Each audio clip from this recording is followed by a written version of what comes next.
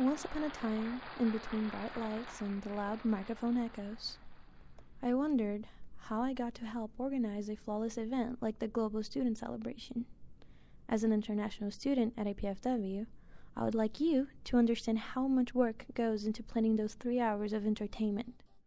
Every year, the IPFW Office of International Education organizes a night of celebration to recognize the international students at IPFW.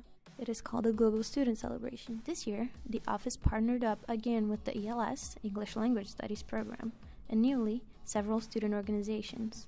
The event is not new to IPFW. It has been held every year, at times once a semester, for the past 5 years. According to the OIE, it is an opportunity to integrate the international to the community, making the community itself more international. Thus, the framework was laid down by the past, and officers from ELS and OIE made sure to let students know that the framework was available.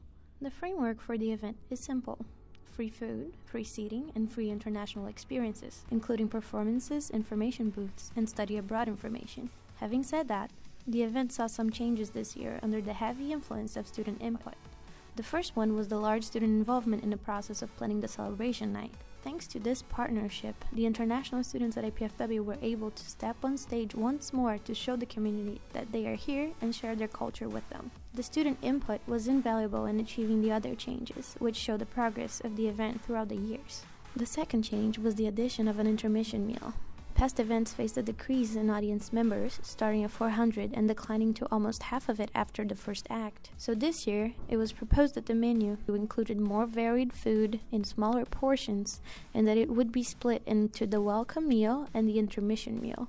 The third change was the addition of a photo booth. It might not seem like much in consideration of the size of the event, but take under consideration the size of the photo booth. People were able to use props provided by the event planners and take their pictures in a huge photo booth, which would then print their pictures for free. The photo booth captivated people to interact and enjoy the event before the performances and even afterwards, which made it harder to get people out of the venue after the performances were over for cleanup. Overall, the event occurred smoothly despite the new experiments. Doors open at 5:30 p.m. with the international appetizer-sized dishes being served during the International Information Fair. On the back of the International Ballroom, people could walk in between kiosks to grab their food and visit cultural booths. These booths were half tables, decorated and occupied by students willing to share their cultures and information about their countries. Many of them had displays with basic information and offered to explain what the information meant. Some brought items from their home countries and were even dressed in traditional attires. By 6 p.m., people were invited to sit down for the first act of the night. Officers from the OIE and ELS introduced the Parade of Nations. The Parade of Nations was the first event of the night, with representatives of countries stepping on stage in alphabetical order and greeting the audience in their native language. The audience was invited to repeat the greeting, so that everyone would leave the event knowing at least one new way to say hello. So, when Brazil said "Oi," the audience repeated "Oi." Many performances went down on stage after the Parade of Nations. The audience received only the title of the performance, a quick fun fact about the country performing, and the country's name. And then, students got on stage to take over the public. The performances ranged from poetry reading to singing, rapping, and traditional and modern dancing. In the first act, for instance, a Chinese student performed a traditional dance with a pot of rice without spilling a single grain.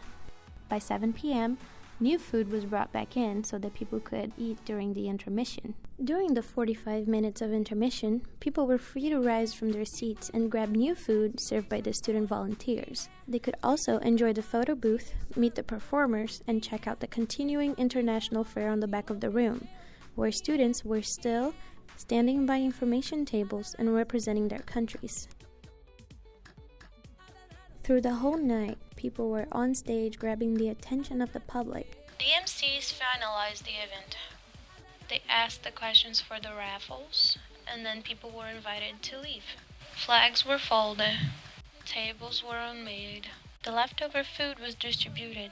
At the end, all we had were great memories of another great global student celebration.